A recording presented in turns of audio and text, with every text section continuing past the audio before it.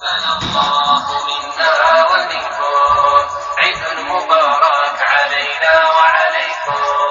تقبل الله منا ومنكم عيد مبارك علينا وعليكم صمنا أياما أحلى الأيام يا ربي أعدها كل السلام الله عليكم ورحمة الله وبركاته. dhammaan ardada daawan doonta videogan waxaan idin leeyahay assalaamu calaykum waraxmatullaahi wabarakaatuhu. waxaan rabaa halkaa inaan kusoo duubo casharo taxane inoo ahaan doona oo ku saabsan maadada xisaabta ah. sidoo kale waxaan soo duubi doonaa hadduu ilaahay yiraahdo maadooyinka afarta scientific oo dhan. waxaan rajaynayaa inaad ka faa'iideysan doontaan haddii uu ilaahay yiraahdo. casharkan waxaan uga hadli doonaa analytic geometry, gaar ahaan sum and difference identities for cosine. Trigonometriga cosine iyo maxaa la dhahayaa isku darka iyo kala jarka cosine ayaan rabaa inaan ka hadlo.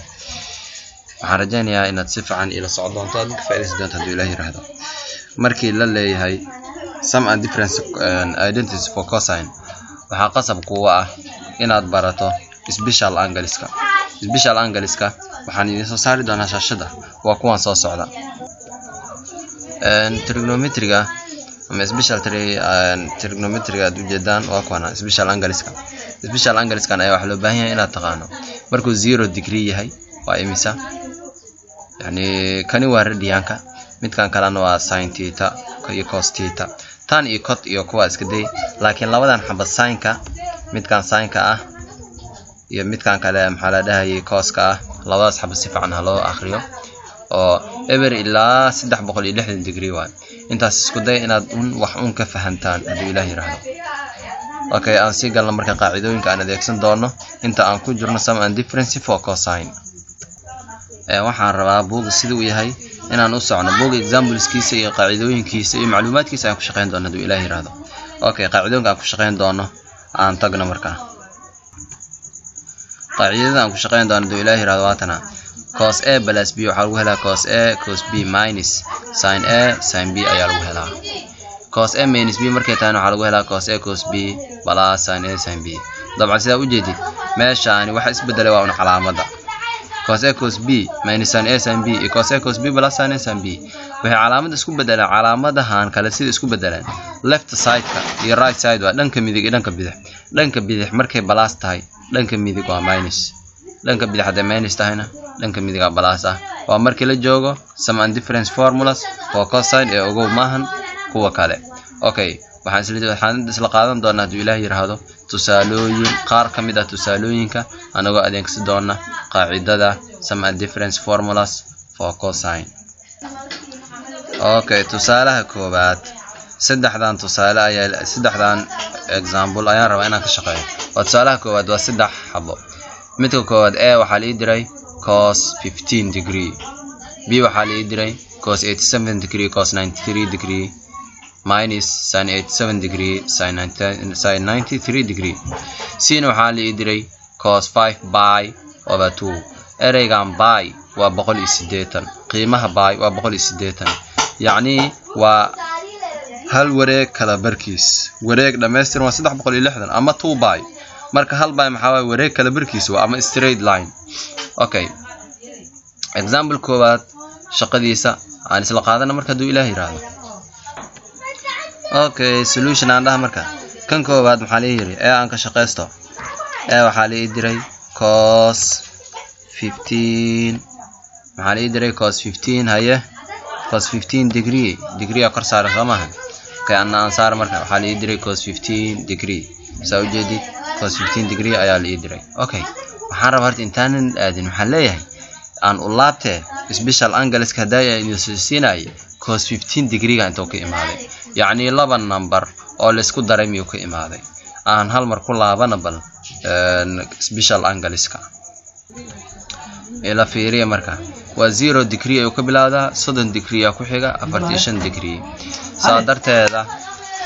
waxaan leenahay marka 30 degree يعني waxaa la ii weydiiyay waxa way cos 15 degree laba number oo isku dar ma iman kartaa waa maya sababtoo 15 ma meesha xitaa kuma taale iska daa waxa laba isku dar ka imaadeen 30 ugu yar saa darteeda waxaan leeyahay marka laba number oo la kala jaray ka imaaday maxay kala yihiin 45 hadii 30 laga jaro waa imisa soo 15 maahan ha booska 15 ayaan waxaan rabaa inaan ku bedelo cos 45 minus 30 ayaan rabaa inaan ku bedelo okay aan dhaha marka waxaan dhahayaa cos 15 waxay ka imaaday cos bracket d4 waxay ka imaadaan 45 laga jaray maxay 30 samahan 45 30 ka jaran waan aqaanaa waa 15 okay waxaan dib u milacsinayna marka qaacidada noo fiiriba 45 laga jaray 30 iyo leeg tahay 45 horta waa a ii tahay b na 30 booskeeda ii taagan tahay soo midaan la mid ma aha marka qaacidadan kore bal fiiri cos a minus b equals 45 minus 30 soo isku qaacida ma ahan ha isku qaacido okay qaacidada cos a minus b maxay ahayd waa tana qaacidada waxay ahayd cos a minus b waa tana soo mujid cos a minus b waxa lagu helay cos a cos b plus sin a sin b okay isoo qaad bal qaacidada waxaan leeyahay cos a minus cos a cos b dhaxlaanaan dhigto cos a cos b minus sin a sin b kay qada madow ka dhigto saad u aragto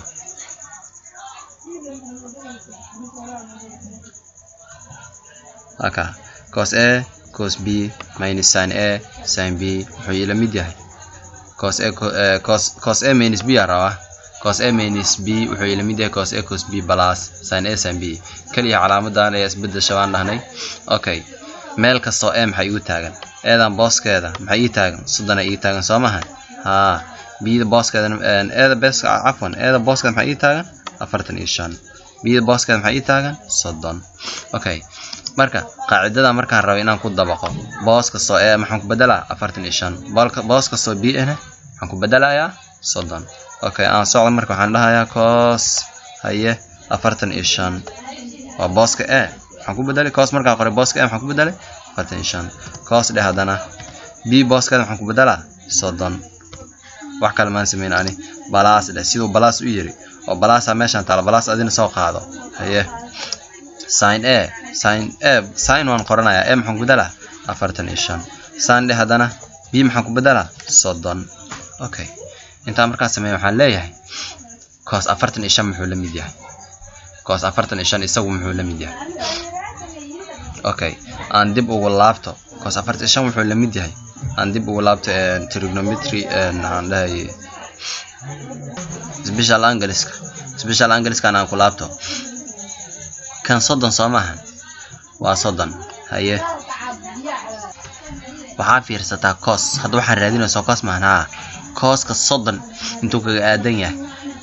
radical 3/2 ma yahay cos ka 30 waxa fiirsataa muxuu kaga aadan yahay radical 3/2 45 muxuu kaga aadan yahay 45 cos muxuu kaga aadan yahay radical 2/2 okay 45 ay soo horay waxa leeyahay radical 2/2 waxaan ku bedelayaa radical 3/2 okay saadarteeda waxaan leeyahay marka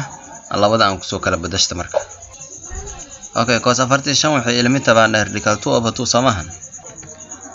okay radical 2/2 lagu dhuftay aan dhaha marka lagu dhuftay maxaa lagu dhufanaa haye waxaan ku dhufanayaa radical 2/2 cos 30 meeqa waa asigana cos 30 waa imisa radical 3/2 soo imahan radical 3/2 aan dhahay isagana wuxuu yahay isagana radical 3/2 okay hada maxaan sameeyay cos 45 waxaan ku bedelay radical 2/2 la mid yahay cos 30 waxaan ku bedelay radical 3/2 okay balaas dhaha marka okay sin 45 wuxuu la mid yahay waan dhahay radical 2/2 sin 45 wuxuu la mid yahay radical 2/2 sin 45 sin 30 wuxuu la mid yahay sin 30 wuxuu la mid yahay 1/2 wuxuu la mid yahay 1/2 okay waxaan ku badbadashay wax kale maan sameeyay cos 45 waxaan ku badashay radical 2/2 marka loo fiiriyo special angleska cos 30 wuxuu la mid yahay radical 3/2 waa marka loo fiiriyo special angleska plus ayaan soo qaatay sin 45 wuxuu la mid yahay radical 2/2 sin 30 wuxuu la mid yahay 1/2 inta markaan ku badbadashtay waan isku dhufanaa wixii isku dhawaarka kuwaan sareeya ku dhufo hooseeya ku dhufo balaas dheh ana sareeya ku dhufo hooseeya ku dhufo okay waxaan isku dhufanaa hadda radical 2 ayaa waxaan ku dhufanayaa 3 radical 3 labada radical mid ka qaado labada numberna isku dhufo okay hada isku dhufto ma imisa waa 6 labada hooseeyana isku dhufo meeqa baay soo form ahaan haye sidoo kale balaasaa soo qaado sida si lamid ah sareeya ku dhufo radical 2 waxaad ku dhufataa 1 waa imisa waa radical 2 asal midoorsho waay waa imisa radical 2 afwan waa radical 2 meeshaas aan ku qoro radical 2 okay laba ku dhufo waa imisa hooseeya ku dhufo soo afar ma aha inta marka maraan waxaan leeyahay marka labada hooseeya jajab hooseeyihiis mid dooyo maxal sameey jiray mid baa laga qaadan jiray labada sareeya sidoo u soo qaaday iyaga oo isku madarsami karaan sababtoo ah way kala duwan yihiin radical 6 radical 2 way kala yihiin okay labada hooseeya maadaama isku mid yihiin mid ka qaado labada sareeyana adoo isku daraay sidooda uu soo qaado waxaad tiraahdaa radical 6 plus radical 2 haye aan dhaha marka waxaan leeyahay radical 6 kasiko plus leh haye radical maxay radical 2 leh okay jawaabta ugu dambeysay waa inta marka waxaan leeyahay su'aasha inta bi jawaabteeda ku agtahay insha Allah su'aasha labaad waan soo xijin doonaa haduu Ilaahay yiraahdo billahi tawfiiq assalamu alaykum wa rahmatullahi wa barakatuh